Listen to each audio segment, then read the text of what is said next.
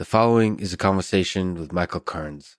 He's a professor at the University of Pennsylvania and a co-author of the new book, Ethical Algorithm, that is the focus of much of this conversation. It includes algorithmic fairness, bias, privacy, and ethics in general.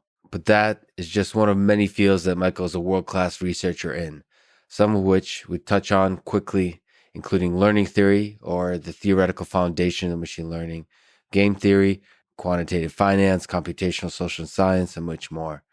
But on a personal note, when I was an undergrad, early on, I worked with Michael on an algorithmic trading project and competition that he led. That's when I first fell in love with algorithmic game theory. While most of my research life has been in machine learning and human-robot interaction, the systematic way that game theory reveals the beautiful structure in our competitive and cooperating world of humans has been a continued inspiration to me. So for that and other things, I'm deeply thankful to Michael and really enjoyed having this conversation again in person after so many years. This is the Artificial Intelligence Podcast.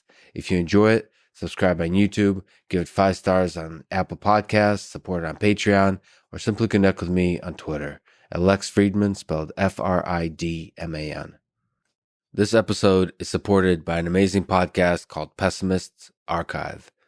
Jason, the host of the show, reached out to me looking to support this podcast, and so I listened to it to check it out. And by listened, I mean I went through it, Netflix binge style, at least 5 episodes in a row. It's not one of my favorite podcasts, and I think it should be one of the top podcasts in the world, frankly. It's a history show about why people resist new things. Each episode looks at a moment in history when something new was introduced, something that today we think of as commonplace, like recorded music, umbrellas, bicycles, cars, chess, coffee, the elevator, and the show explores why it freaked everyone out. The latest episode on mirrors and vanity still stays with me as I think about vanity in the modern day of the Twitter world. That's the fascinating thing about the show, is that stuff that happened long ago, especially in terms of our fear of new things, repeats itself in the modern day, and so has many lessons for us to think about in terms of human psychology and the role of technology in our society. Anyway, you should subscribe and listen to Pessimist Archive. I highly recommend it. And now, here's my conversation with Michael Kearns.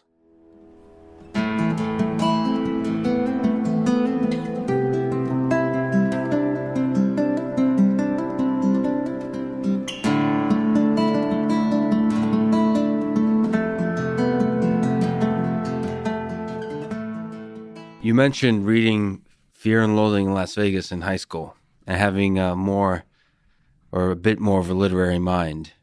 So what books, non-technical, non-computer science, would you say had the biggest impact on your life, either intellectually or emotionally? You've dug deep into my history, I see. Went deep. Yeah, I think my favorite novel is Infinite Jest by David Foster Wallace, which actually coincidentally, much of it takes place in the halls of buildings right around us here at MIT. Yes. So that certainly had a big influence on me. And as you noticed, like when I was in high school, I actually even started college as an English major. So was very influenced by sort of that genre of journalism at the time and thought I wanted to be a writer, and then realized that an English major teaches you to read, but it doesn't teach you how to write. And then I became interested in math and computer science instead. Well, in your new book, Ethical Algorithm, you kind of sneak up from an algorithmic perspective on these deep, profound philosophical questions of fairness, of privacy. In thinking about these topics, how often do you return to that literary mind that you had? Yeah, I'd like to claim there was a deeper connection, but there, I think both Aaron and I kind of came at these topics first and foremost from a technical angle. I mean, I kind of consider myself primarily and originally a machine learning researcher. And I think as we just watched, like the rest of the society, the field technically advance, and then quickly on the heels of that, kind of the buzzkill of all of the antisocial behavior by algorithms, just kind of realized there was an opportunity for us to do something about it from a research perspective. More to the point in your question, I mean, I do have an uncle who is literally a moral philosopher. And so in the early days of our technical work on fairness topics, I would occasionally, run ideas behind him. So, I remember an early email I sent to him in which I said like, here's a specific definition of algorithmic fairness that we think is some sort of variant of Rawlsian fairness. What do you think? And I thought I was asking a yes or no question. And I got back your kind of classical philosopher's response saying, well, it depends. If you look at it this way, then you might conclude this. And that's when I realized that there was a real kind of rift between the ways philosophers and others had thought about things like fairness, from sort of a humanitarian perspective, and the way that you needed to think about it as a computer scientist if you were going to kind of implement actual algorithmic solutions. But I would say the algorithmic solutions take care of some of the low-hanging fruit. Sort of the problem is a lot of algorithms, when they don't consider fairness, they are just terribly unfair. And when they don't consider privacy, they're terribly, they violate privacy.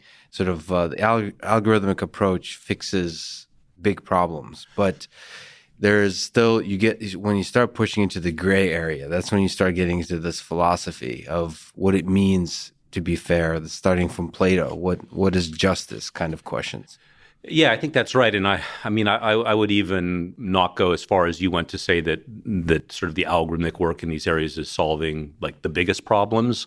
And we discuss in the book the fact that really there's a sense in which we're kind of looking where the light is in that, for example, if police are racist in who they decide to stop and frisk, and that goes into the data, there's sort of no undoing that downstream by kind of clever algorithmic methods. And I think especially in fairness, I think less so in privacy, where we feel like the community kind of really has settled on the right definition, which is differential privacy. If you just look at the algorithmic fairness literature already, you can see it's going to be much more of a mess. You've got these theorems saying, here are 3 entirely reasonable, desirable notions of fairness, and here's a proof that you cannot simultaneously have all 3 of them. So I think we know that algorithmic fairness compared to algorithmic privacy is going to be kind of a harder problem, and it will have to revisit, I think, things that have been thought about by many generations of scholars before us. So it's very early days for fairness, I think. So before we get into the details of differential privacy and on the fairness side, let me linger on the philosophy a bit. Do you think most people are fundamentally good, or do most of us have both the capacity for good and evil within us? I'm an optimist. I tend to think that most people are good and want to do right, and that deviations from that are, kind of usually due to circumstance, not due to people being bad at heart. With people with power, are people at the heads of governments, people at the heads of companies, people at the heads of financial power, markets. Do you think the distribution there is also most people are good and have good intent?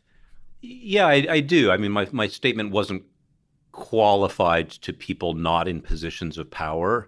I think what happens in a lot of the cliche about absolute power corrupts absolutely. I think even short of that, having spent a lot of time on Wall Street and also in arenas very, very different from Wall Street, like academia, one of the things I think I've benefited from by moving between 2 very different worlds is you become aware that these worlds kind of develop their own social norms, and they develop their own rationales for, behavior, for instance, that might look unusual to outsiders. But when you're in that world, it doesn't feel unusual at all. And I think this is true of a lot of, professional cultures, for instance. So then you're maybe slippery slope is too strong of a word, but you're in some world where you're mainly around other people with the same kind of viewpoints and training and worldview as you. And I think that's more of a source of kind of abuses of power than sort of, there being good people and evil people. and that somehow the evil people are the ones that somehow rise to power. Oh, that's really interesting. So it's within the social norms constructed by that particular group of people, you're all trying to do good. But because as a group you might drift into something that for the broader population it does not align with the values of society. That's the word. Yeah, I mean, or not that you drift, but even that things that don't make sense to the outside world don't seem unusual to you. So it's not sort of like a good or a bad thing, but so for instance, in the world of finance, right? There's a lot of complicated types of activity that if you are not immersed in that world, you cannot see why the purpose of that activity exists at all. It just seems like completely useless, and people just like pushing money around. And when you're in that world, right, you learn more. Your view does become more nuanced, right? You realize, okay, there is actually a function to this activity, and in some cases, you would conclude that actually, if magically we could eradicate this activity tomorrow, it would come back because it actually is like serving some useful purpose. It's just a useful purpose that's very difficult for outsiders to see. Right. And so I think lots of professional work environments or cultures, as I might put it, kind of have these social norms that don't make sense to the outside world. Academia is the same, right? I mean, lots of people look at academia and say, what the hell are all of you people doing? Yeah. Why are you paid so much in some cases at taxpayer expenses to do, to publish papers that nobody reads? But when you're in that world, you come to see the value for it, but even though you might not be able to explain it to the person in the street. Right. And in the case of the financial sector, tools like credit might not make sense to people. Like it's a good example of something that does seem to pop up and be useful, or just the power of markets and just in general capitalism. Yeah, in finance, I think the primary example I would give is leverage, right? So being allowed to borrow to sort of use 10 times as much money as you've actually borrowed, right? So that's an example of something that before I had any experience in financial markets, I might have looked at and said, well, what is the purpose of that? That just seems very dangerous, and it is dangerous, and it has proven dangerous. But, if the fact of the matter is that, sort of on some particular time scale, you are holding positions that are, very unlikely to, lose, they're, like your value at risk or variance is like 1 or 5%, then it kind of makes sense that you would be allowed to use a little bit more than you have because you have, some confidence that you're not going to lose it all in a single day.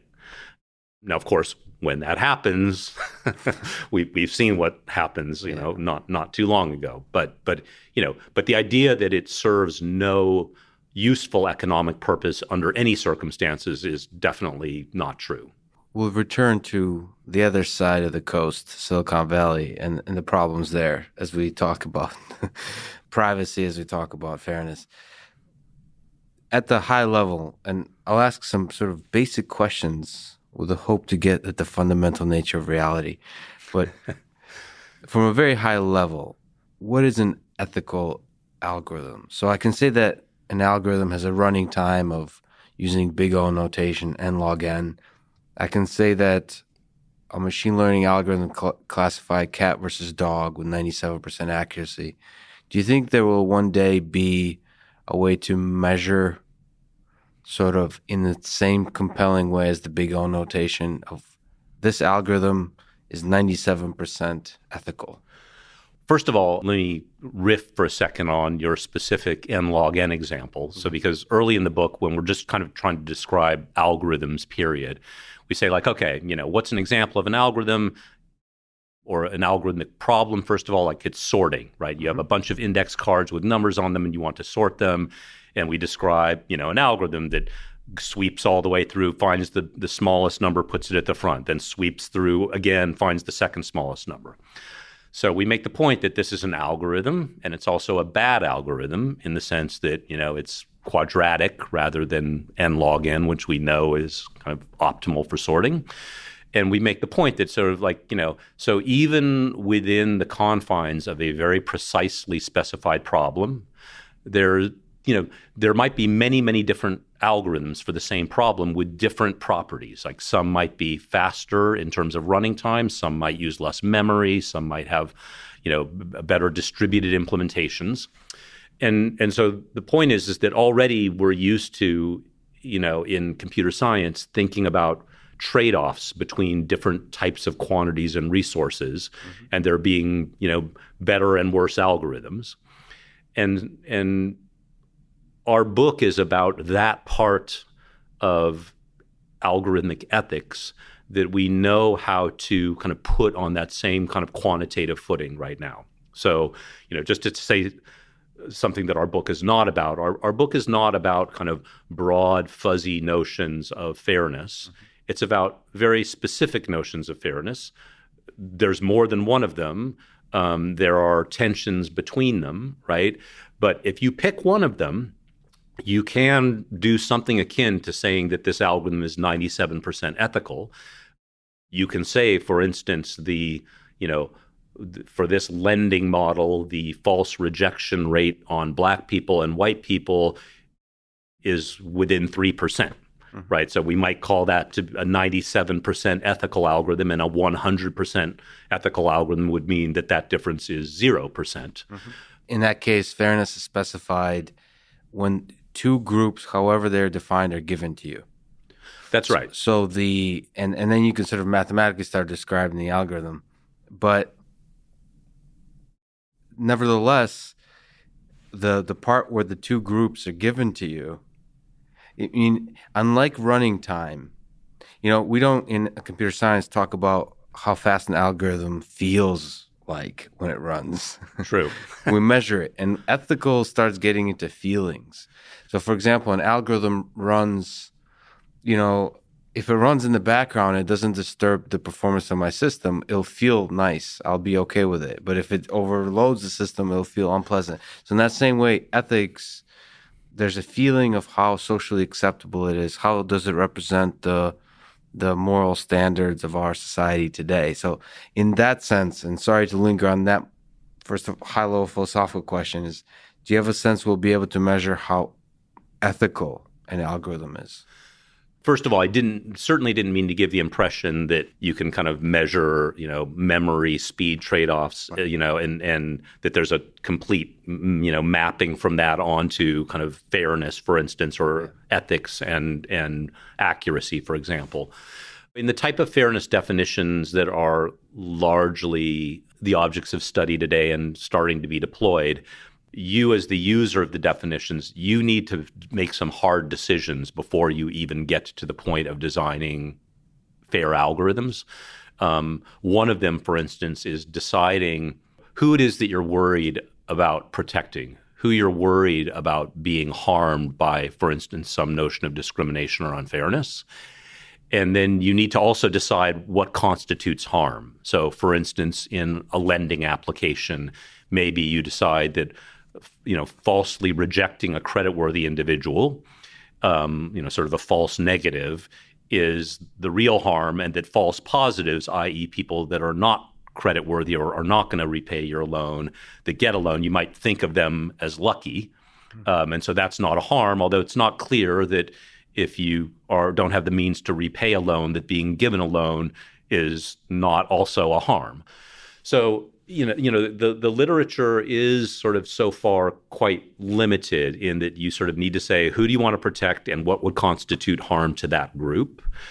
And when you ask questions like, will algorithms feel ethical? One way in which they won't, under the definitions that I'm describing, is if you are an individual who is falsely denied a loan, incorrectly denied a loan, all of these definitions basically say like, well, your compensation is the knowledge that we are also falsely denying loans to other people, in other groups at the same rate that we're doing it to you.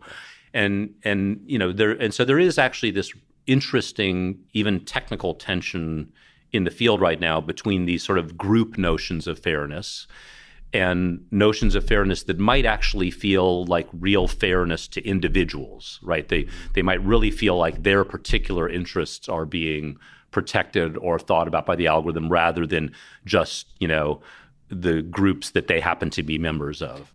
is there parallels to the big O notation of worst case analysis? So is it important to looking at the worst violation of fairness for an individual? Is it important to minimize that one individual? So like worst case analysis, is that something you think about? Or I mean, I think we're not even at the point where we can sensibly think about that. So first of all, we're talking here both about fairness applied at the group level, which is a relatively weak thing, but it's better than nothing. And also the more ambitious thing of trying to give some individual promises. But even that doesn't incorporate, I think, something that you're hinting at here is what I might call subjective fairness, right? Right. So a lot of the definitions, I mean, all of the definitions in the algorithmic fairness literature are what I would kind of call received wisdom definitions. It's sort of, somebody like me sits around and thinks like, okay, I think here's a technical definition of fairness that I think people should want, or that they should think of as some notion of fairness, maybe not the only one, maybe not the best one, maybe not the last one.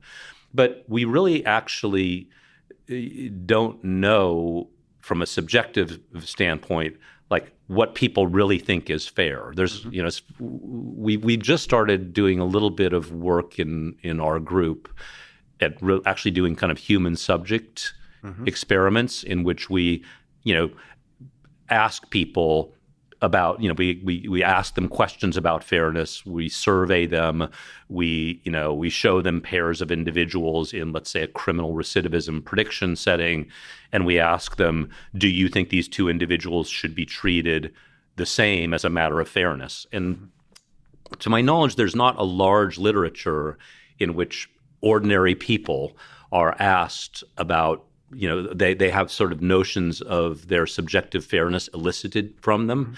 It's mainly, kind of scholars who think about fairness, Right. kind of making up their own definitions. And I think this needs to change actually for many social norms, not just for fairness, right? So there's a lot of discussion these days in the AI community about interpretable AI or understandable AI.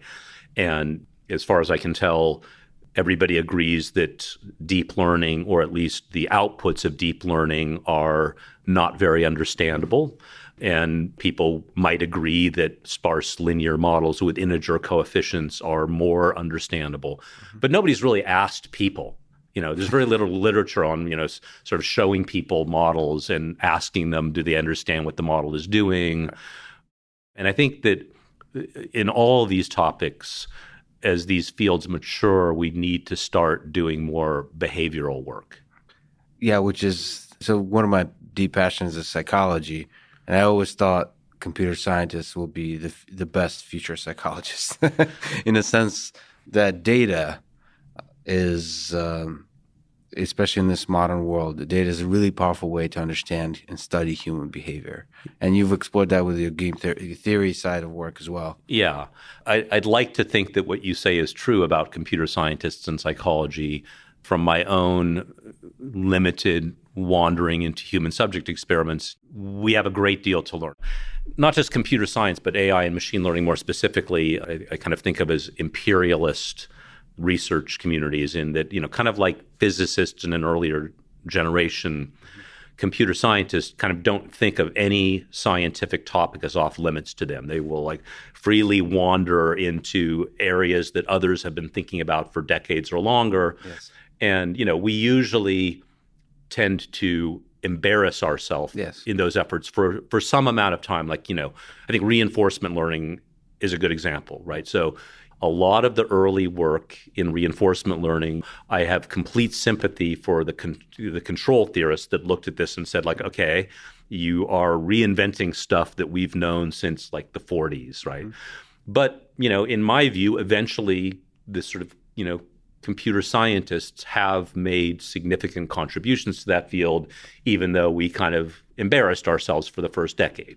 So I think if computer scientists are going to start engaging in kind of psychology, human subjects type of research, we should expect to be embarrassing ourselves for a good 10 years or so, and then hope that it turns out as well as, some other areas that we've waded into. So you've kind of mentioned this, just to linger on the idea of an ethical algorithm, of idea of groups. sort of group thinking and individual thinking. And we're struggling that. One of the amazing things about algorithms and your book and just this field of study is it gets us to ask, like, forcing machines, converting these ideas into algorithms is forcing us to ask questions of ourselves as a human civilization. So there's a lot of people now in public discourse doing sort of group thinking like there's particular sets of groups that we don't want to discriminate against and so on. And then there is individuals, sort of in the individual life stories, the struggles they went through and so on. Now, like in philosophy, it's easier to do group thinking because you don't, it's very hard to think about individuals. There's so much variability. But with data, you can start to actually say, you know what, group thinking is too crude. You're actually doing more discrimination by thinking in terms of groups and individuals. Can you linger on that kind of idea of group versus individual in ethics? And is it good to continue thinking in terms of groups in algorithms? So let me start by answering a very good high-level question with a slightly narrow technical response, which is these group definitions of fairness, like here's a few groups, like different racial groups, maybe gender groups, maybe age, what have you. And let's make sure that, for none of these groups do we, have a false negative rate, which is much higher than any other one of these groups. Okay. Right. So these are kind of classic group aggregate notions of fairness. And, but at the end of the day, an individual you can think of as a combination of all of their attributes, right? They're a member of a racial group. They have a gender, they have an age, and many other, demographic properties that are not biological, but that, are still, very strong determinants of outcome and personality and the like. So one, I think, useful spectrum is to sort of think about that array between the group and the specific individual, and to realize that in some ways asking for fairness at the individual level is to sort of ask for group fairness simultaneously for all possible combinations of groups. So in particular, yes. If I build a predictive model that meets some definition of fairness by race, by gender, by age, by what have you, marginally, to get slightly technical, sort of independently, I shouldn't expect that model to not to discriminate against disabled Hispanic women over age 55 making less than $50,000 a year annually, even though I might have protected each one of those attributes marginally. So the optimization, actually, that's a fascinating way to put it. So you're just optimizing. So one way to achieve the optimizing fairness for individuals is just to add more and more definitions of groups that each individual belongs to. So, at the end of the day, we could think of all of ourselves as groups of size one, because eventually there's some attribute that separates you from me and everybody else in the world. Yes. Okay. And so it is possible to put these incredibly coarse ways of thinking about fairness and these very, very individualistic, specific ways on a common scale. Yeah. And, one of the things we've worked on from a research perspective is, so we sort of know how to, in relative terms, we know how to provide fairness guarantees at the coarsest end of the scale. We don't know how to provide kind of sensible, tractable, realistic fairness guarantees at the individual level. But maybe we could start creeping towards that by dealing with more, refined subgroups. I mean, we gave a name to this phenomenon where, you protect, you enforce some definition of fairness for a bunch of marginal attributes or features, but then you find yourself discriminating against a combination of them. We call that fairness gerrymandering, because like political gerrymandering, you're giving some guarantee at the aggregate level. Yes. But that when you kind of look in a more granular way at what's going on, you realize that you're achieving that aggregate guarantee by sort of favoring some groups and discriminating against other ones. And so there are, it's early days, but there are algorithmic approaches that let you start creeping towards that, individual end of the spectrum. Does there need to be human input in the form of weighing the value of the importance of each kind of group? So, for example, is it like, so gender, say, crudely speaking, male and female, and then different races, are we as humans supposed to put value on saying gender is 0.6 and race is 0.4 in terms of in the big optimization of achieving fairness? Is that kind of what humans are supposed to do here? I mean, of course, I don't need to tell you that, of course, technically one could incorporate such weights if you wanted to into a definition of fairness. Fairness is an interesting topic in that, having worked in the book being about both fairness, privacy, and many other social norms, fairness, of course, is a much, much more loaded topic. So privacy, I mean, people want privacy. People don't like violations of privacy. Violations of privacy cause damage, angst, and bad publicity for the companies that are victims of them. But sort of everybody agrees more data privacy would be better than less data privacy. Right. And you don't have these, somehow the discussions of fairness don't become politicized along other dimensions like race and about gender and, whether we, you quickly find yourselves kind of revisiting topics that have been kind of unresolved forever, like affirmative action, right? Sort of, like, why are you protecting, some people will say, why are you protecting this particular racial group?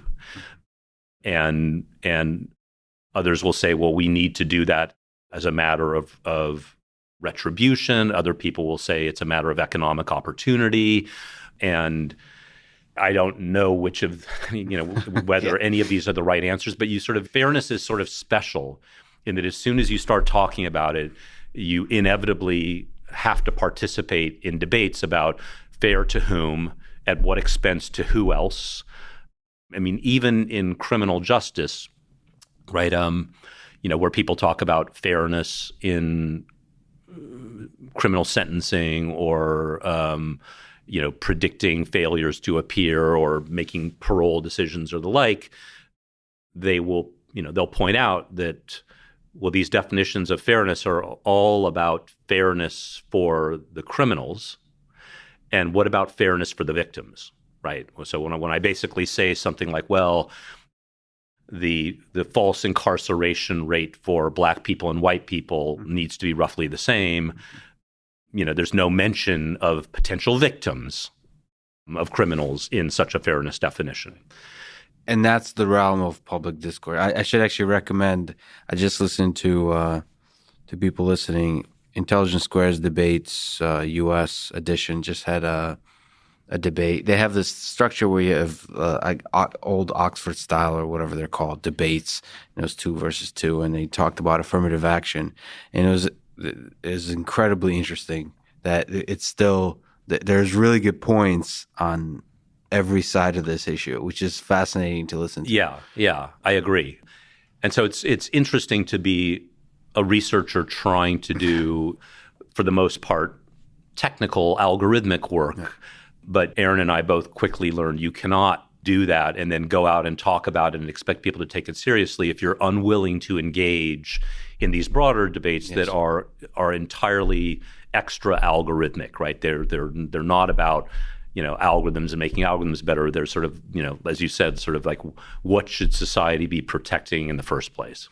When you discuss the fairness, an algorithm that achieves fairness, whether in the constraints and the objective function, there's an immediate kind of analysis you can perform, which is saying, if you care about fairness in gender, this is the amount that you have to pay for it in terms of the performance of the system. Like, is there a role for statements like that in a table in a paper, or do you want to really not touch that? Like, no, we want to touch that, and we do touch it. So, I mean, just again to make sure I'm not promising your viewers more than we know how to provide. But if you pick a definition of fairness, like I'm worried about gender discrimination, and yes. You pick a notion of harm like false rejection for a loan, for example, and you give me a model, I can definitely, first of all, go audit that model. It's easy for me to go, from data to kind of say like, okay, your false rejection rate on women is this much higher than it is on men. Okay. But, once you also put the fairness into your objective function, I think the table that you're talking about is, what we would call the Pareto curve, right? Mm-hmm. You can literally trace out, and we give examples of such plots on real data sets in the book. You have two axes. On the x-axis is your error. On the y-axis is unfairness by whatever, if it's like the disparity between false rejection rates between two groups. And, your algorithm now has a knob that basically says, how strongly do I want to enforce fairness? Mm-hmm. And the less unfair, we if the two axes are error and unfairness, we'd like to be at 0, 0. We'd like 0 error and 0 unfairness simultaneously. Anybody who works in machine learning knows that you're generally not going to get to 0 error, period, without any fairness constraint whatsoever. So that's not going to happen. But in general, you'll get some kind of convex curve that specifies the numerical trade-off you face. If I want to go from 17% error down to 16% error, what will be the increase in unfairness that I experience as a result of that? And so this curve kind of specifies the, kind of undominated models. Models that are off that curve are, can be strictly improved in one or both dimensions. You can, either make the error better or the unfairness better or both. And I think our view is that not only are these objects, these Pareto curves, efficient frontiers, as you might call them, not only are they valuable scientific objects, I actually think that they, in the near term, might need to be the interface between researchers working in the field and stakeholders in given problems. So, you could really imagine telling a criminal jurisdiction, look, if you're concerned about racial fairness, but you're also concerned about accuracy, you want to, you want to release on parole people that are not going to recommit a violent crime, and you don't want to release the ones who are. So, that's accuracy. But if you also care about those, the mistakes you make not being disproportionately on one racial group or another, you can show this curve. I'm hoping that in the near future, it'll be possible to explain these curves to non-technical people that are the ones that have to make the decision, where do we want to be on this curve? Like, what are the relative merits or value of having lower error versus lower unfairness? That's not something computer scientists should be deciding for society, right? That, the people in the field, so to speak, the policymakers, the regulators, that's who should be making these decisions. But I think and hope that they can be made to understand that these trade-offs generally exist, and that you need to pick a point, and ignoring the trade-off, you're implicitly picking a point anyway, right? Right. You just don't know it, and you're not admitting it. Just to linger on the point of trade-offs, I think that's a really important thing to sort of think about. So you think when we start to optimize for fairness, there's almost always in most systems going to be trade-offs. So can you what's the trade-off between, just to clarify, there have been some sort of technical terms thrown around, but a perfectly fair world, why is that? Why will somebody be upset about that? The specific trade-off I talked about, just in order to make things very concrete, was between numerical error and some numerical measure of unfairness. What is numerical error in the case of just like, say, predictive error, like, the probability or frequency with which you release somebody on parole who then goes on to recommit a violent crime, or keep incarcerated somebody who would not have recommitted a violent crime. So in the case of awarding somebody parole, or giving somebody parole, or letting them out on parole, you don't want them to recommit a crime. So it's your system failed in prediction if they happen to do a crime. Okay, so that's that's one axis. Right. And what's the fairness axis? And so then the fairness axis might be the difference between racial groups in the kind of false positive predictions, namely people that I kept incarcerated, predicting that they would recommit a violent crime when in fact they wouldn't have. Right. And the unfairness of that, just to linger it, and allow me to ineloquently to try to sort of describe why that's unfair, why unfairness is there. The unfairness you want to get rid of is that in the judge's mind, the bias of having been brought up to society, the slight racial bias, the racism that exists in the society, you want to remove that from the system. Another way that's been debated is sort of equality of opportunity versus equality of outcome. And there's a weird dance there that's really difficult to get right. And it's what the affirmative action is, exploring that space. Right. And then this also quickly, bleeds into questions like, well, maybe if one group really does recommit crimes at a higher rate, right, the reason for that is that at some earlier point in the pipeline or earlier in their lives, they didn't receive the same resources that the other group did. Right. And so, there's always in kind of fairness discussions, the possibility that the real injustice came earlier, right? Earlier in this individual's life, earlier in this group's history, et cetera, et cetera.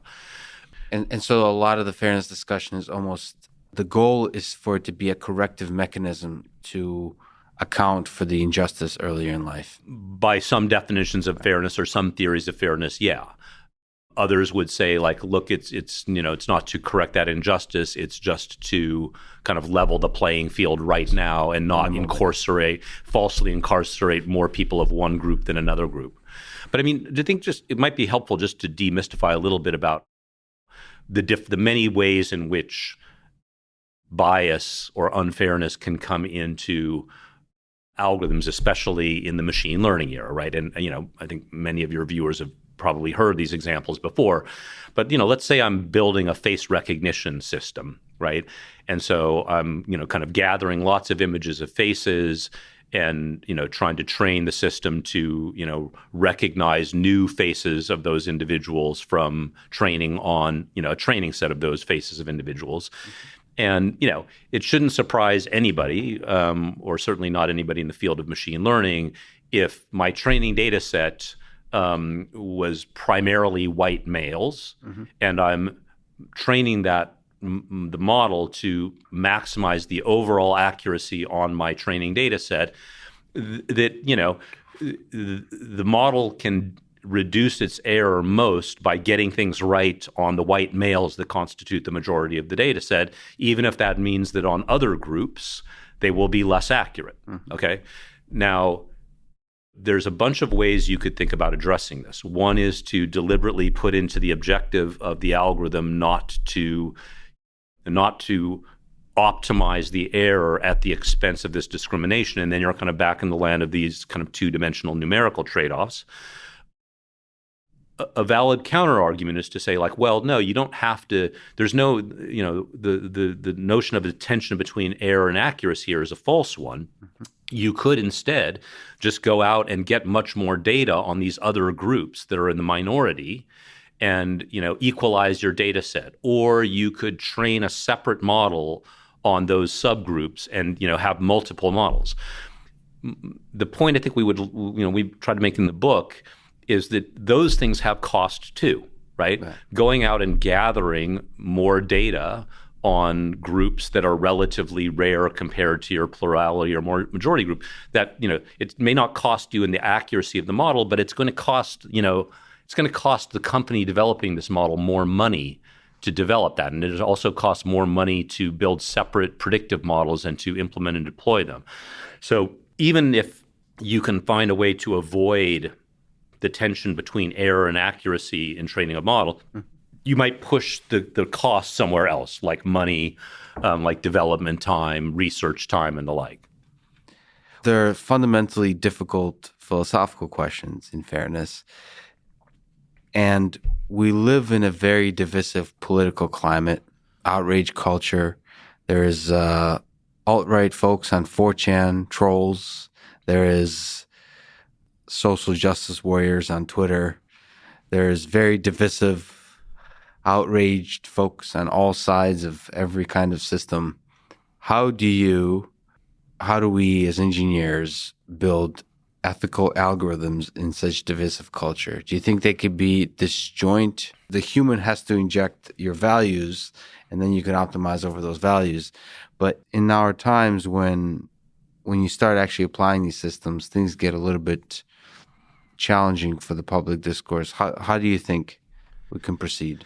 Yeah, I mean, for the most part, in the book, a point that we try to take some pains to make is that we don't view ourselves or people like us as being in the position of deciding for society what the right social norms are, what the right definitions of fairness are. Our main point is to just show that if society or the relevant stakeholders in a particular domain can come to agreement on those sorts of things, there's a way of encoding that into algorithms in many cases, not in all cases. One other misconception that hopefully we definitely dispel is sometimes people read the title of the book and I think not unnaturally fear that what we're suggesting is that the algorithms themselves should decide what those social norms are and develop their own notions of fairness and privacy or ethics. And we're definitely not suggesting that. The title of the book is Ethical Algorithm, by the way, and I didn't think of that interpretation of the title. That's interesting. Yeah. I mean, especially these days where people are, concerned about the robots becoming our overlords. The idea that the robots would also sort of develop their own social norms is, just one step away from that. But I do think, obviously, despite disclaimer that people like us shouldn't be making those decisions for society, we are kind of living in a world where, in many ways, computer scientists have made some decisions that have fundamentally changed the nature of our society and democracy and sort of civil discourse and deliberation in ways that I think most people generally feel are bad these days, right? But they had to make, so if we look at people at the heads of companies and so on, they had to make those decisions, right? There has to be decisions. So there's two options. Either you kind of put your head in the sand and don't think about these things and just let the algorithm do what it does, or you make decisions about what you value, of injecting moral values into the algorithm. Look, I never mean to be an apologist for the tech industry, but I think it's a little bit too far to sort of say that explicit decisions were made about these things. So let's, for instance, take social media platforms, right? So like many inventions in technology and computer science, a lot of these platforms that we now use regularly kind of started as curiosities, right? I remember when things like Facebook came out and its predecessors like Friendster, which nobody even remembers now. People really wonder, why would anybody want to spend time doing that? Even the web, when it first came out, when it wasn't populated with much content and it was largely kind of hobbyists building their own kind of ramshackle websites, a lot of people looked at this as what is the purpose of this thing? Why is this interesting? Who would want to do this? And so even things like Facebook and Twitter, yes, technical decisions were made by engineers, by scientists, by executives in the design of those platforms. But, I don't think 10 years ago anyone anticipated that those platforms, for instance, might kind of acquire undue influence on political discourse or on the outcomes of elections. And I think the scrutiny that these companies are getting now is entirely appropriate, but I think it's a little too harsh to kind of look at history and sort of say oh, you should have been able to anticipate that this would happen with your platform. Mm-hmm. And in the sort of gaming chapter of the book, one of the points we're making is that, these platforms, right, they don't operate in isolation. So unlike the other topics we're discussing, like fairness and privacy, those are really cases where algorithms can operate on your data and make decisions about you, and you're not even aware of it. Okay, things like Facebook and Twitter, these are systems, right? These are social systems, And their evolution, even their technical evolution, because machine learning is involved, is driven in no small part by the behavior of the users themselves and how the users decide to adopt them and how to use them. Yeah. And so, I'm kind of like, who really knew that until we saw it happen, who knew that these things might be able to influence the outcome of elections? Who knew that they might polarize political discourse because of the ability to, decide who you interact with on the platform, and also with the platform naturally using machine learning to optimize for your own interests, that they would further isolate us from each other and, feed us all basically just the stuff that we already agreed with. And so I think, we've come to that outcome, I think, largely, but I think it's something that we all learned together, including the companies, as these things happen. Now, you asked, well, are there algorithmic remedies to these kinds of things? And again, these are big problems that are not going to be solved with, somebody going in and changing a few lines of code somewhere in a social media platform. But I do think in many ways there are definitely ways of making things better. I mean, like an obvious recommendation that we make at some point in the book is look, to the extent that we think that machine learning applied for personalization purposes in things like news feed, or other platforms, has led to polarization and intolerance of opposing viewpoints. As you know, right, these algorithms have models, right, and they kind of place people in some kind of metric space, and they place content in that space, and they sort of know the extent to which I have an affinity for a particular type of content. And by the same token, they also probably have that same model probably gives you a good idea of the stuff I'm likely to violently disagree with or be offended by. Mm-hmm. Okay, so in this case, there really is some knob you could tune that says, instead of showing people only what they like and what they want, let's show them some stuff that we think that they don't like, or that's a little bit further away. And you could even imagine users being able to control this, just like everybody gets a slider. Mm-hmm. And that slider says, how much stuff do you want to see that's kind of, you might disagree with, or is at least further from your interests. It's almost like an exploration button. Mm-hmm. So just get your intuition. Do you think engagement, so you staying on the platform, you staying engaged, do you think ideas of fairness won't emerge? How bad is it to just optimize for engagement? Do you think we'll run into big trouble if we're just optimizing for how much you love the platform? Well, I mean, optimizing for engagement kind of got us where we are. So do you, one, have faith that it's possible to do better? And two, if it is, how do we do better? I mean, it's definitely possible to do different, right? And again, it's not as if I think that doing something different than optimizing for engagement won't cost these companies in real ways, including revenue and profitability potentially. In the short term, at least. Yeah, in the short term, right. And again, if I worked at these companies, I'm sure that it would have seemed like the most natural thing in the world also to want to optimize engagement, right? And that's good for users in some sense. You want them to be, vested in the platform and enjoying it and finding it useful, interesting, and or productive. But, my point is that the idea that it's sort of out of their hands, as you said, or that there's nothing to do about it, never say never, but that strikes me as implausible as a machine learning person, right? I mean, these companies are driven by machine learning, and this optimization of engagement is essentially driven by machine learning, right? It's driven by not just machine learning, but very, very large scale A/B experimentation where you kind of tweak some element of the user interface, or tweak some component of an algorithm, or tweak some component or feature of your click-through prediction model.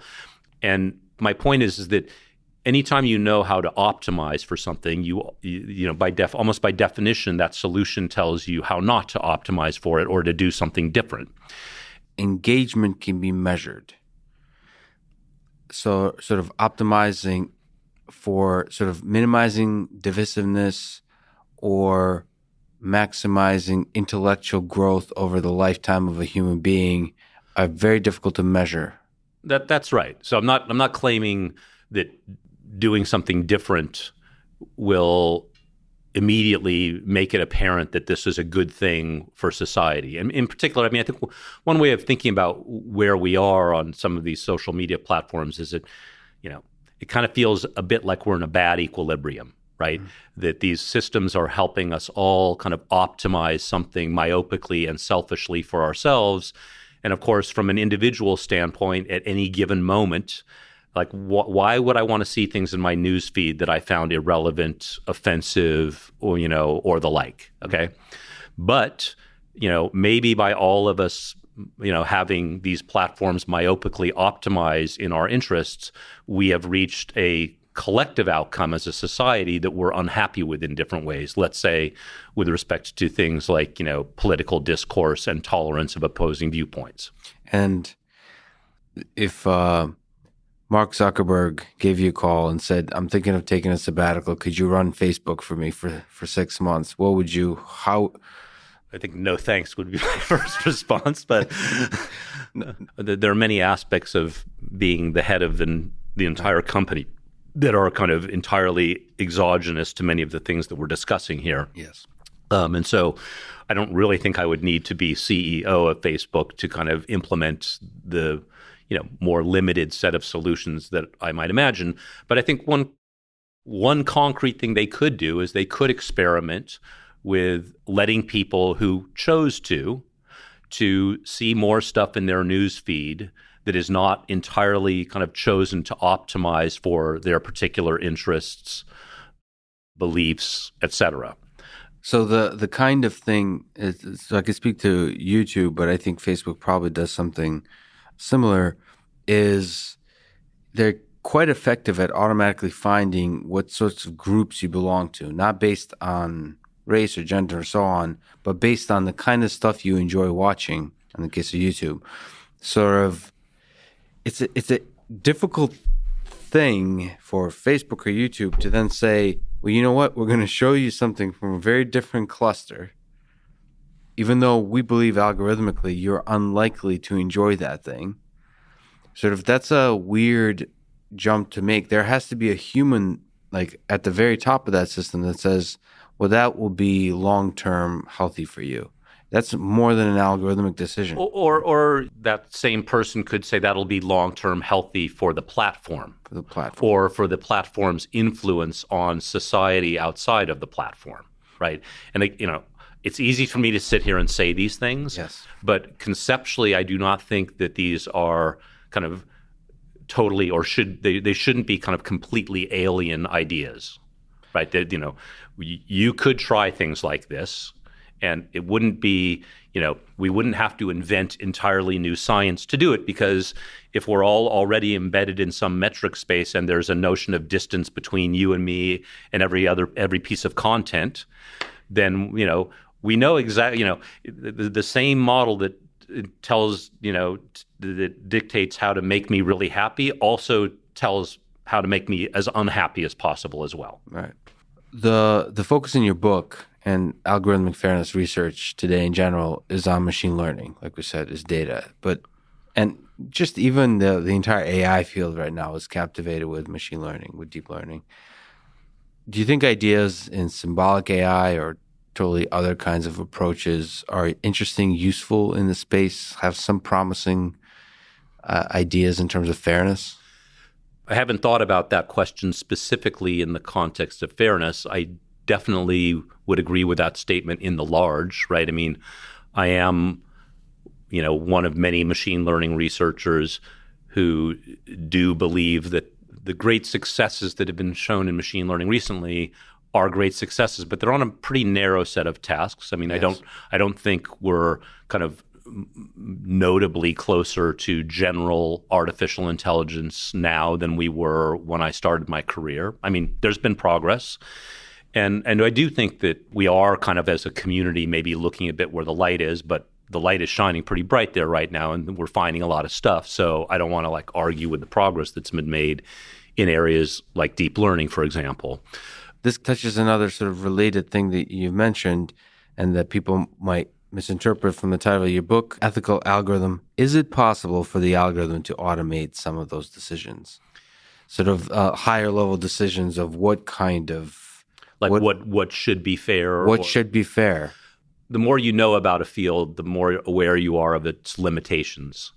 And so I'm pretty leery of sort of trying, there's so much we already don't know in fairness, even when we're the ones picking the fairness definitions and, comparing alternatives and thinking about the tensions between different definitions, that the idea of kind of letting the algorithm start exploring as well, I definitely think, this is a much narrower statement. I definitely think that kind of algorithmic auditing for different types of unfairness, right? So like in this gerrymandering example, where I might want to prevent not just discrimination against very broad categories, but against combinations of broad categories, you quickly get to a point where there's a lot of categories, there's a lot of combinations of n features, and you can use algorithmic techniques to sort of try to find the subgroups on which you're discriminating the most and try to fix that. That's actually kind of the form of one of the algorithms we developed for this fairness gerrymandering problem. But I'm partly because of our technology, our scientific ignorance on these topics right now, and also partly just because these topics are so loaded emotionally for people that I just don't see the value. I mean, again, never say never, but I just don't think we're at a moment where it's a great time for computer scientists to be rolling out the idea like, hey, not only have we kind of figured fairness out, but, we think the algorithms should start deciding what's fair or giving input on that decision. I just don't like the cost benefit analysis to the field of kind of going there right now just doesn't seem worth it to me. That said, I should say that I think computer scientists should be more philosophically, should enrich their thinking about these kinds of things. I think it's been too often used as an excuse for roboticists working on autonomous vehicles, for example, to not think about the human factor or psychology or safety. In the same way, like computer science design algorithms, they've been sort of using it as an excuse. And I think it's time for basically everybody to become computer scientists. I was about to agree with everything you said except that last point. I think that the other way of looking at it is that I think computer scientists, and many of us are, but we need to wade out into the world more, right? I mean, just the influence that computer science and therefore computer scientists have had on society at large just has exponentially magnified in the last 10 or 20 years or so. And, before, when we were just tinkering around amongst ourselves and it didn't matter that much, there was no need for sort of computer scientists to be citizens of the world more broadly. And I think those days need to be over very, very fast. And I'm not saying everybody needs to do it, but to me, the right way of doing it is not to sort of think that everybody else is going to become a computer scientist. But, I think, people are becoming more sophisticated about computer science, even lay people. Yeah.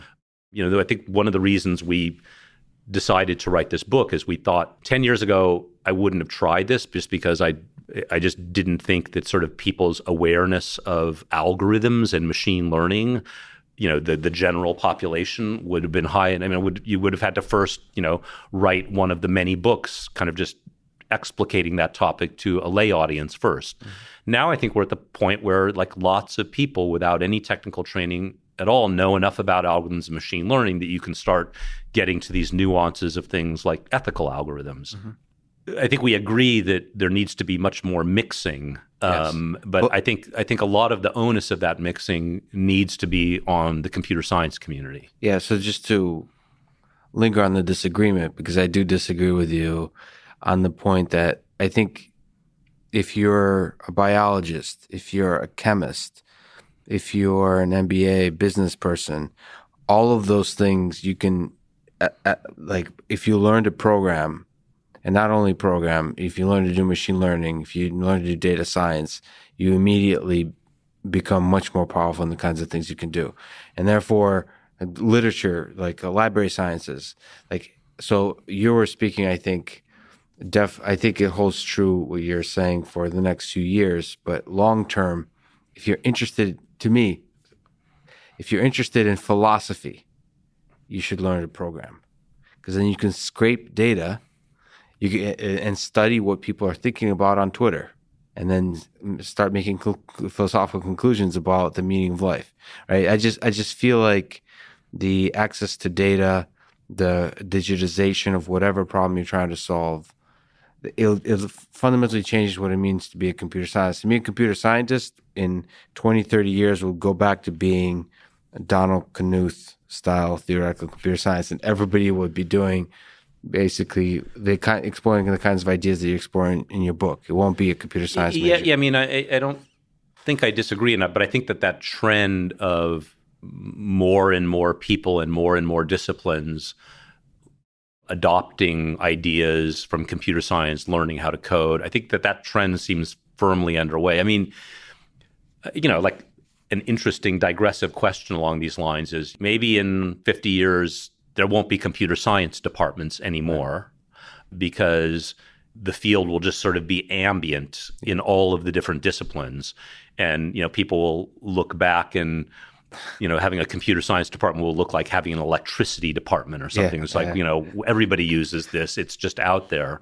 Yeah. I mean, I do think there will always be that kind of Knuth-style core to it. Yeah. But it's not an implausible path that we kind of get to the point where the academic discipline of computer science becomes somewhat marginalized because of its very success in kind of infiltrating all of science and society and the humanities, et cetera. What is differential privacy, or more broadly, algorithmic privacy?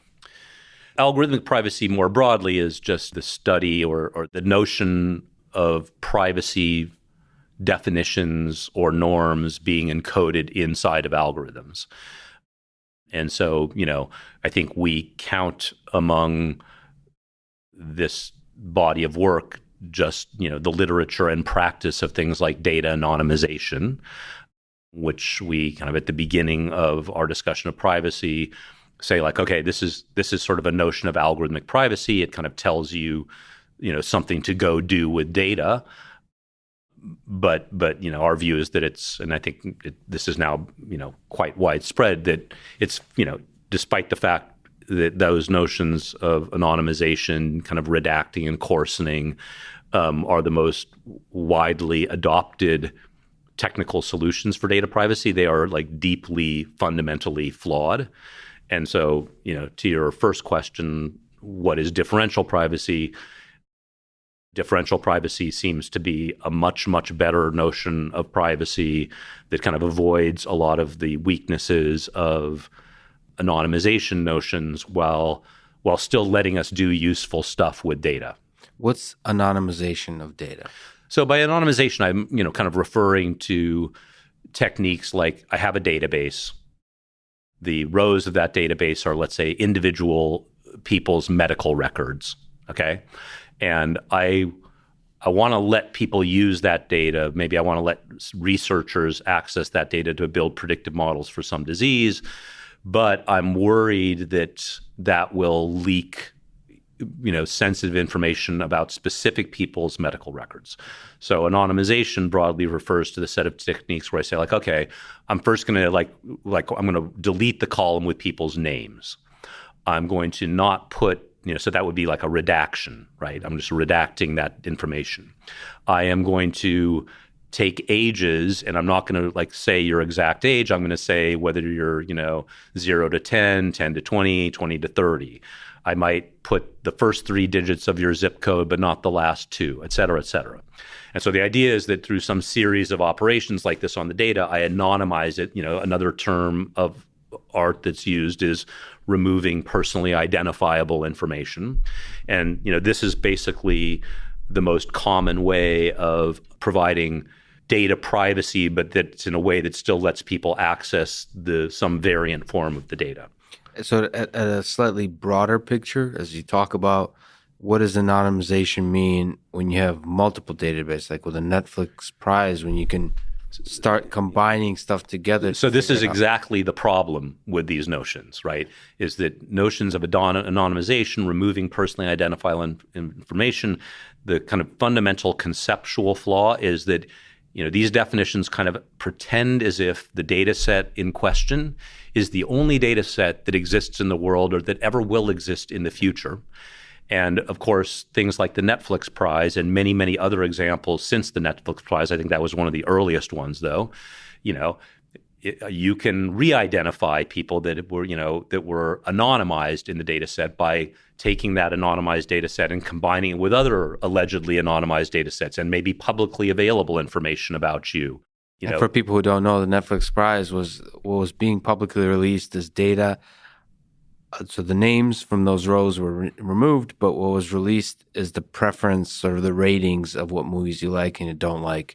And from that, combined with other things, I think forum posts and so on, you can start to figure out the names. In that case, it was specifically the Internet Movie Database, where lots of Netflix users publicly rate their movie preferences.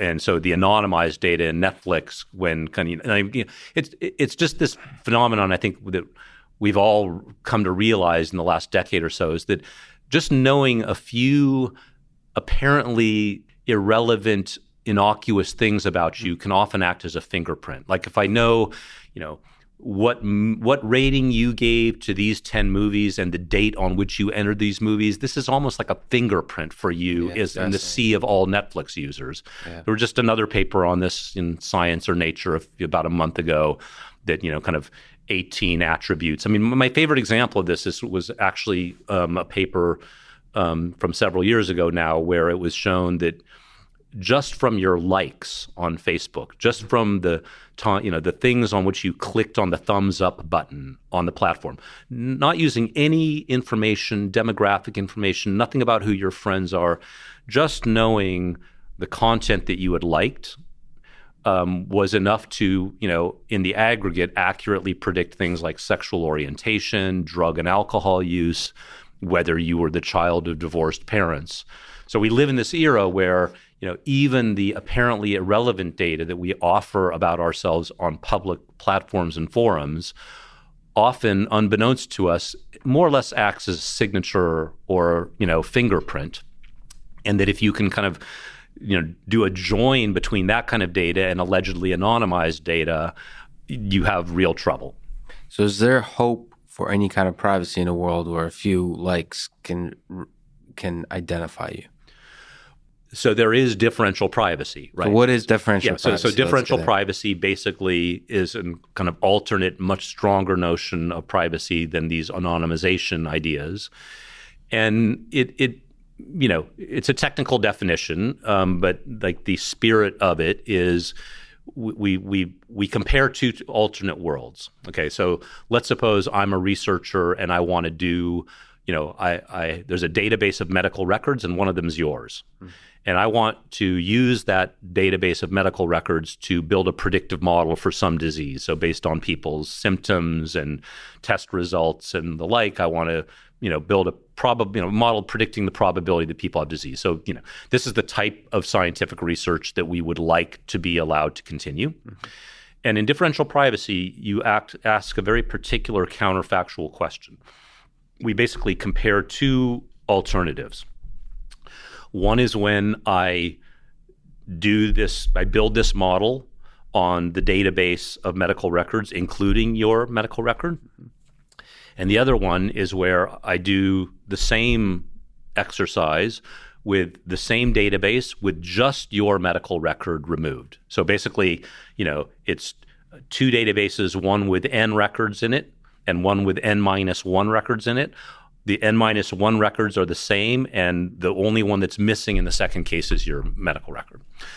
So differential privacy basically says that any harms that might come to you from the analysis in which your data was included are essentially nearly identical to the harms that would have come to you if the same analysis had been done without your medical record included. Mm-hmm. So in other words, this doesn't say that bad things cannot happen to you as a result of data analysis. It just says that these bad things were going to happen to you already, even if your data wasn't included. And to give a very concrete example, right, like we discussed at some length, the study that in the 50s that was done that established the link between smoking and lung cancer. And we make the point that if your data was used in that analysis and, the world kind of knew that you were a smoker because, there was no stigma associated with smoking before those findings, real harm might have come to you as a result of that study that your data was included in. In particular, your insurer now might have a higher posterior belief that you might have lung cancer and raise your premium. So you've suffered economic damage. But the point is that if the same analysis has been done with all the other N-1 medical records and just yours missing, the outcome would have been the same. Your data wasn't idiosyncratically crucial to establishing the link between smoking and lung cancer, because the link between smoking and lung cancer is like a fact about the world that can be discovered with any sufficiently large database of medical records. But that's a very low value of harm. Yeah, so that's showing that very little harm is done. Great, but what is the mechanism of differential privacy? So that's the kind of beautiful statement of it. But what's the mechanism by which privacy is preserved? Yeah, so it's basically by adding noise to computations, right? So the basic idea is that every differentially private algorithm, first of all, or every good differentially private algorithm, every useful one, is a probabilistic algorithm. So it doesn't, on a given input, if you gave the algorithm the same input multiple times, it would give different outputs each time from some distribution.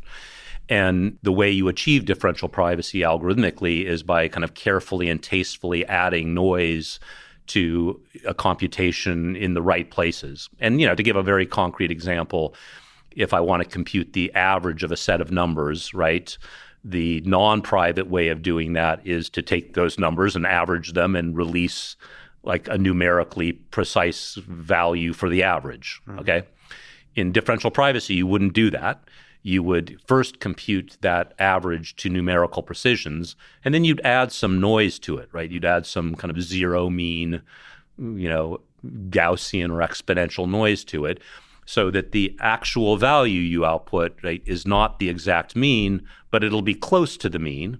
But it'll be close. The noise that you add will sort of prove that nobody can kind of reverse engineer any particular value that went into the average. Mm-hmm. So noise is the savior. How many algorithms can be aided by adding noise? Yeah, so I'm a relatively recent member of the differential privacy community. My co-author Aaron Roth is, really one of the founders of the field and has done a great deal of work, and I've learned a tremendous amount working with him on it. It's a pretty grown-up field already. Now it's pretty mature. But I must admit, the first time I saw the definition of differential privacy, my reaction was like, wow, that is a clever definition, and it's really making very strong promises. And I first saw the definition in much earlier days, and my first reaction was like, well, my worry about this definition would be that it's a great definition of privacy, but that it'll be so restrictive that we won't really be able to use it. We won't be able to compute many things in a differentially private way. So that's one of the great successes of the field, I think, is in showing that the opposite is true, and that, most things that we know how to compute absent any privacy considerations can be computed in a differentially private way. So, for example, pretty much all of statistics and machine learning can be done differentially privately. So pick your favorite machine learning algorithm, backpropagation in neural networks, CART for decision trees, support vector machines, boosting, you name it, as well as classic hypothesis testing and the like in statistics. None of those algorithms are differentially private in their original form. All of them have modifications that add noise to the computation in different places in different ways that achieve differential privacy. So this really means that to the extent that, we've become a scientific community very dependent on the use of machine learning and statistical modeling and data analysis, we really do have a path to kind of provide privacy guarantees to those methods, and so we can still, enjoy the benefits of kind of the data science era while providing, rather robust privacy guarantees to individuals. So perhaps a slightly crazy question, but if we take the ideas of differential privacy and take it to the nature of truth that's being explored currently, so what's your most favorite and least favorite food? I'm not a real foodie, so I'm a big fan of spaghetti.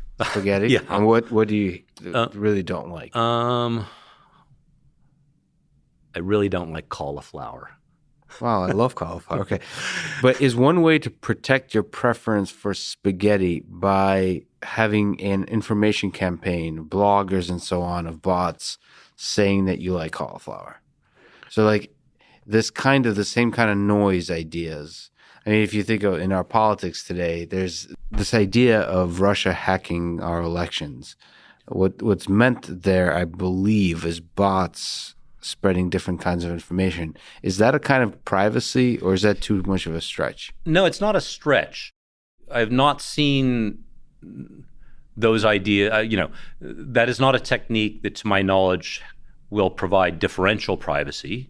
Right. But to give an example, like one very specific example about what you're discussing is there was a very interesting project at NYU, I think led by Helen Nissenbaum there, in which they basically built a browser plugin that tried to essentially obfuscate your Google searches. So to the extent that you're worried that Google is using your searches to build predictive models about you, to decide what ads to show you, which they might very reasonably want to do. But if you object to that, they built this widget you could plug in, and basically whenever you put in a query into Google, it would send that query to Google, but in the background, all of the time from your browser, it would just be sending this torrent of irrelevant queries to the search engine. So, it's like a wheat and chaff thing. So, out of every 1,000 queries, let's say, that Google was receiving from your browser, one of them was one that you put in, but the other 999 were not. Okay, so it's the same kind of idea, privacy by obfuscation. So I think that's an interesting idea. Doesn't give you differential privacy.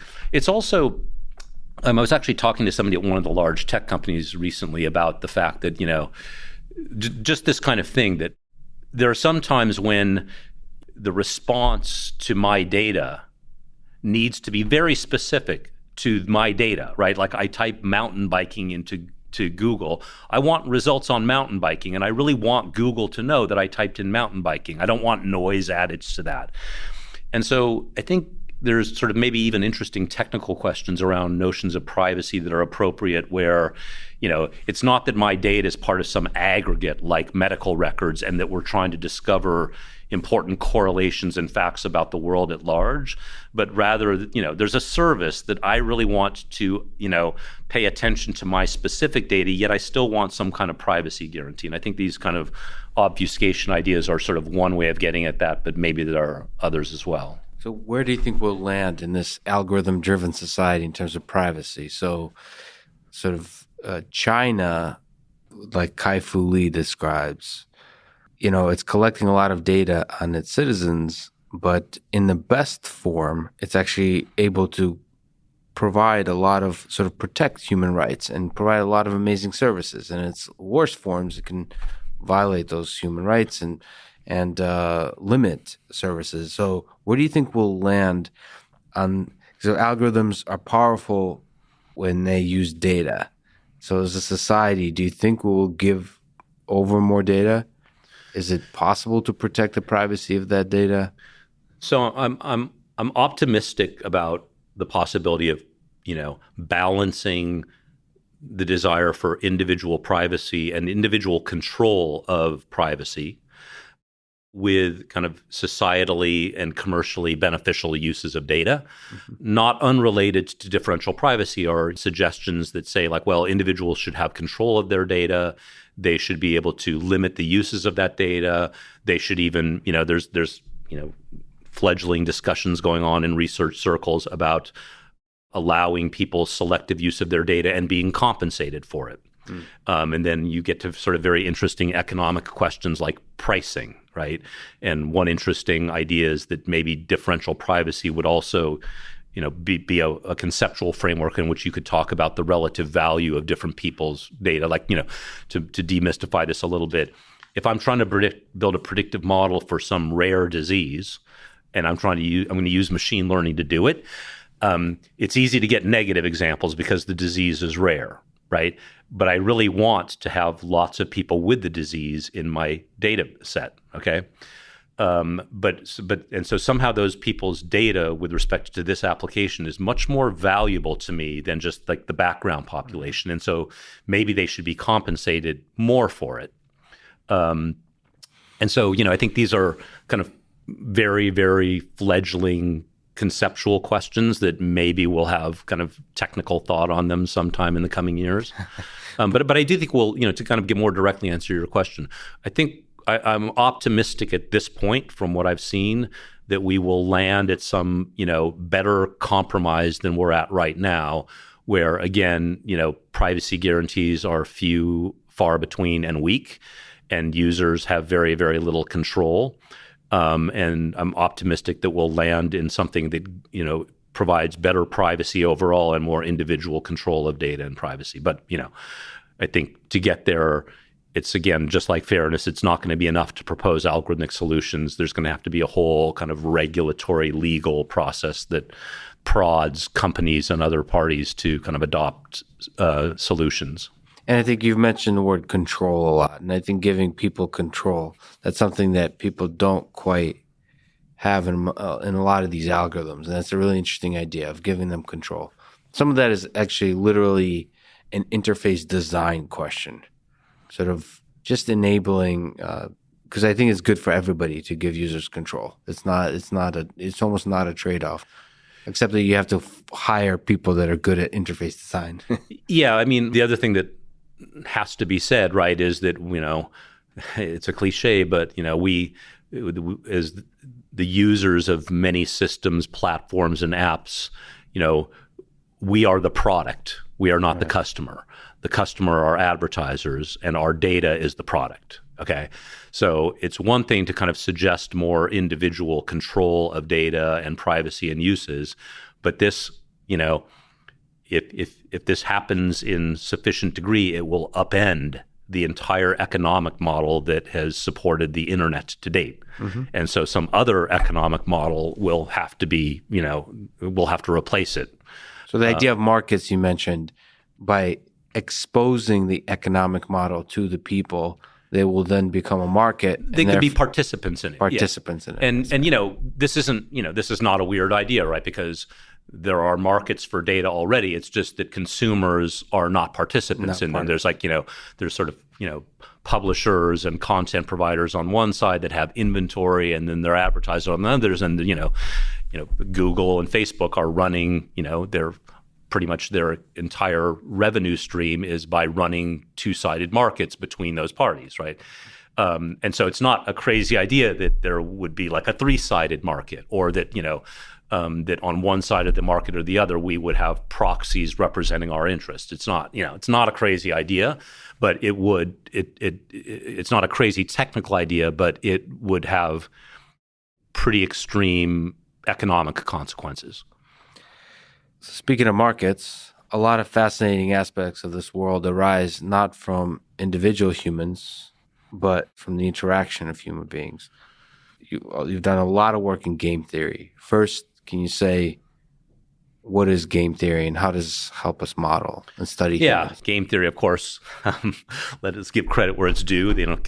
Comes from the economist first and foremost. But as I've mentioned before, computer scientists never hesitate to wander into other people's turf. And so there is now this 20-year-old field called algorithmic game theory. Mm-hmm. But, game theory, first and foremost, is a mathematical framework for reasoning about collective outcomes in systems of interacting individuals. Yeah. So you need at least two people to get started in game theory. And many people are probably familiar with Prisoner's Dilemma as kind of a classic example of game theory, and a classic example where everybody looking out for their own individual interests leads to a collective outcome that's kind of worse for everybody. than what might be possible if they cooperated, for example. But cooperation is not an equilibrium in prisoner's dilemma. And so my work and the field of algorithmic game theory more generally in these areas kind of looks at settings in which the number of actors is potentially extraordinarily large, and their incentives might be quite complicated and kind of hard to model directly, but you still want kind of algorithmic ways of kind of predicting what will happen or influencing what will happen in the design of platforms. So what to you is the most beautiful idea that you've encountered in game theory? There's a lot of them. I'm a big fan of the field. I mean, technical answers to that, of course, would include Nash's work, just establishing that, there's a competitive equilibrium under very, very general circumstances, which in many ways kind of put the field on a firm conceptual footing, because if you don't have equilibria, it's kind of hard to ever reason about what might happen, since, there's just no stability. So just the idea that stability can emerge when there's multiple or that, stuff. not that it will necessarily emerge, just that it's possible, right? Like the existence of equilibrium doesn't mean that sort of natural iterative behavior will necessarily lead to it. In the real world, yes. Yeah. Maybe answering a slightly less personally than you asked the question, I think within the field of algorithmic game theory, perhaps the single most important kind of technical contribution that's been made is the realization between close connections between machine learning and game theory, and in particular between game theory and the branch of machine learning that's known as no regret learning. And this sort of provides a very general framework in which a bunch of players interacting in a game or a system, each one kind of doing something that's in their self-interest, will actually kind of reach an equilibrium, and actually reach an equilibrium in a pretty, a rather, short amount of steps. So you kind of mentioned acting greedily can somehow end up pretty good for everybody. Or pretty bad. Or pretty bad. Yeah. It'll end up stable. Yeah, right. And stability or equilibrium by itself is not necessarily either a good thing or a bad thing. So what's the connection between machine learning and the ideas? Well, I think we've kind of talked about these ideas already in kind of a non-technical way, which is maybe the more interesting way of understanding them first, which is, we have many systems, platforms, and apps these days that work really hard to use our data and the data of everybody else on the platform to selfishly optimize on behalf of each user. Okay, so let me give, I think, the cleanest example, which is just driving apps, navigation apps like Google Maps and Waze, where miraculously, compared to when I was growing up, at least, the objective would be the same when you wanted to drive from point A to point B: spend the least time driving. Not necessarily minimize the distance, but minimize the time, right? And when I was growing up, like the only resources you had to do that were like maps in the car, which literally just told you what roads were available. And then you might have like half-hourly traffic reports just about the major freeways, but not about side roads. So you were pretty much on your own. And now we've got these apps. You pull it out and you say, I want to go from point A to point B. And in response kind of to what everybody else is doing, if you like, what all the other players in this game are doing right now, here's the route that minimizes your driving time. So it is really kind of computing a selfish best response for each of us in response to what all of the rest of us are doing at any given moment. And so, I think it's quite fair to think of these apps as driving or nudging us all towards the competitive or Nash equilibrium of that game. Now, you might ask, like, well, that sounds great. Why is that a bad thing? Well, it's known both in theory and with some limited studies from actual like traffic data that all of us being in this competitive equilibrium might cause our collective driving time to be higher, maybe significantly higher than it would be under other solutions. And then you have to talk about what those other solutions might be and what the algorithms to implement them are, which we do discuss in the kind of game theory chapter of the book. But similarly, on social media platforms or on Amazon, all these algorithms that are essentially trying to optimize our behalf, they're driving us in a colloquial sense towards some kind of competitive equilibrium. And, one of the most important lessons of game theory is that just because we're at equilibrium doesn't mean that there's not a solution in which some or maybe even all of us might be better off. Mm-hmm. And then the connection to machine learning, of course, is that in all these platforms I've mentioned, the optimization that they're doing on our behalf is driven by machine learning. Like predicting where the traffic will be, predicting what products I'm going to like, predicting what would make me happy in my news feed. Now, in terms of the stability and the promise of that, I have to ask, just out of curiosity, how stable are these mechanisms that game theory is just the economists came up with? And we all know that economists don't live in the real world. Just kidding. Do you think when we look at the fact that we haven't blown ourselves up from a game theoretic concept of mutually shared destruction, what are the odds that we destroy ourselves with nuclear weapons as one example of a stable game theoretic system? Just to prime your viewers a little bit, I think you're referring to the fact that game theory was taken quite seriously back in the 60s as a tool for reasoning about kind of Soviet, U.S. nuclear armament, disarmative, détente, things like that. I'll be honest, as huge of a fan as I am of game theory and its kind of rich history, it still surprises me that you had people at the Rand Corporation back in those days kind of drawing up 2x2 tables, and the row player is the U.S. and the column player is Russia, and that they were taking seriously. I'm sure if I was there, maybe it wouldn't have seemed as naive as it does at the time. It seems to have worked, which is why it seems naive. Well, we're still here. We're still here in that sense. Yeah. Even though I kind of laugh at those efforts, they were more sensible then than they would be now, right? Because there were sort of only two nuclear powers at the time, and you didn't have to worry about deterring new entrants and who was developing the capacity. And so we have many, it's definitely a game with more players now and more potential entrants. I'm not in general somebody who advocates using kind of simple mathematical models when the stakes are as high as things like that and the complexities are very political and social, but we are still here. So you've worn many hats, one of which, the one that first caused me to become a big fan of your work many years ago, is algorithmic trading.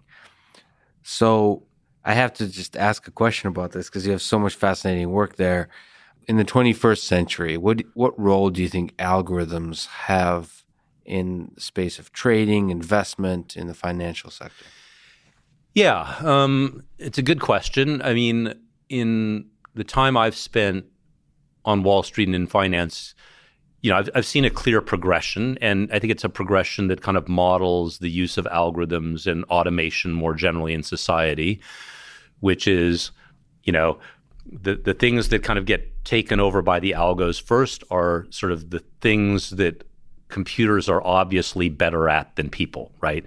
So, so first of all, there needed to be this era of automation, right, where just, financial exchanges became largely electronic, which then enabled the possibility of trading becoming more algorithmic, because once, the exchanges are electronic, an algorithm can submit an order through an API just as well as a human can do at a monitor. Do it really quickly. It can read all the data. And so, I think the places where algorithmic trading have had the greatest inroads and had the first inroads were in kind of execution problems, kind of optimized execution problems. So what I mean by that is, at a large brokerage firm, for example, one of the lines of business might be on behalf of large institutional clients taking, what we might consider difficult trades. So it's not like a mom and pop investor saying, I want to buy 100 shares of Microsoft.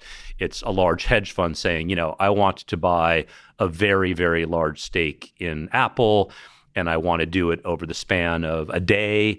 And it's such a large volume that if you're not clever about how you break that trade up, not just over time, but over perhaps multiple different electronic exchanges that all let you trade Apple on their platform, you'll push prices around in a way that hurts your execution.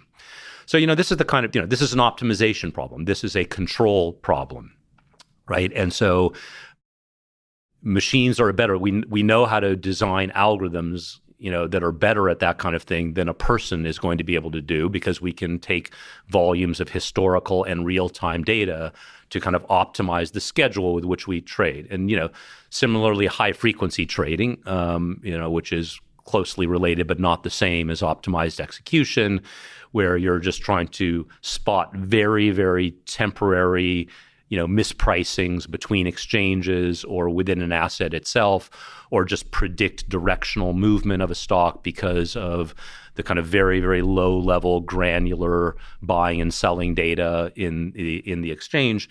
Machines are good at this kind of stuff. Mm-hmm. It's kind of like the mechanics of trading.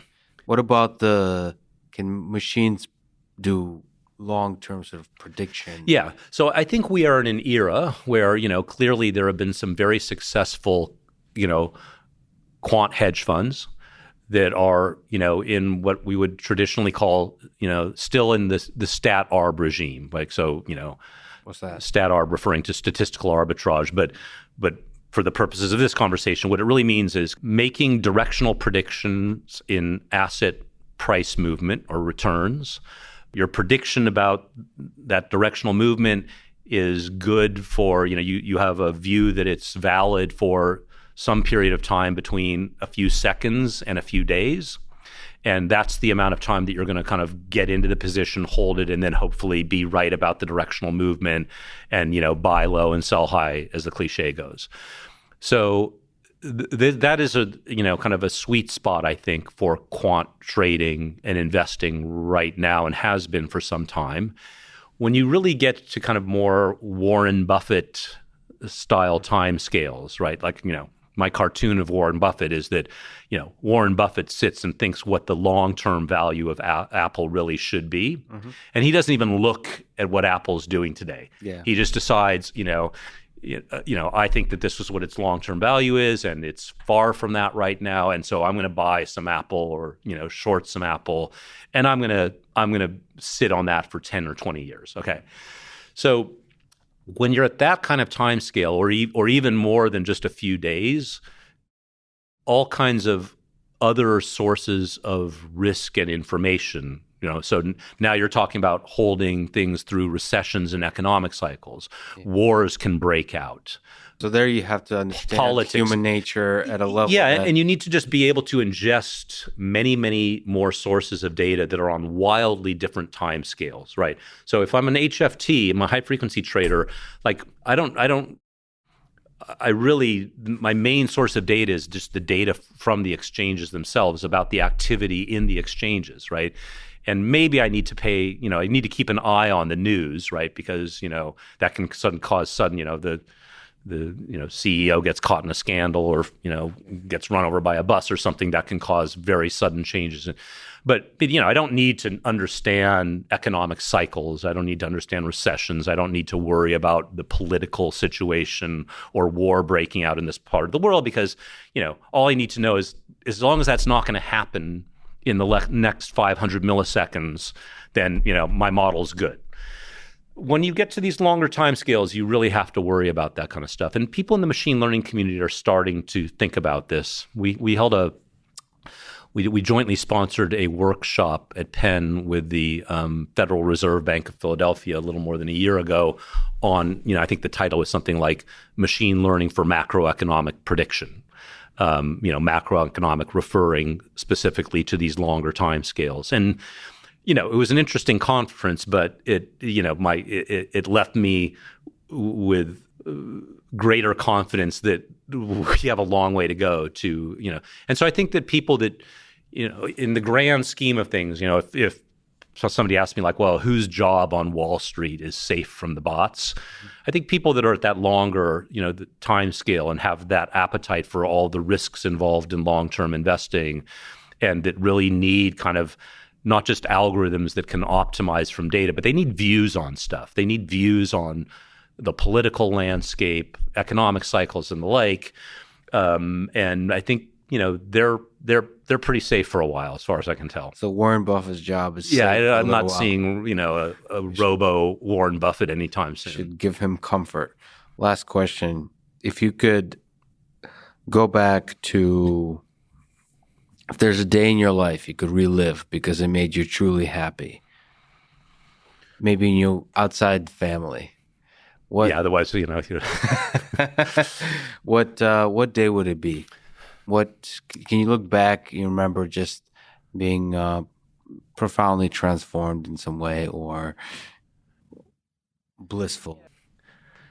I'll answer a slightly different question, which is like, what's a day in my life or my career that was kind of a watershed moment? Yes.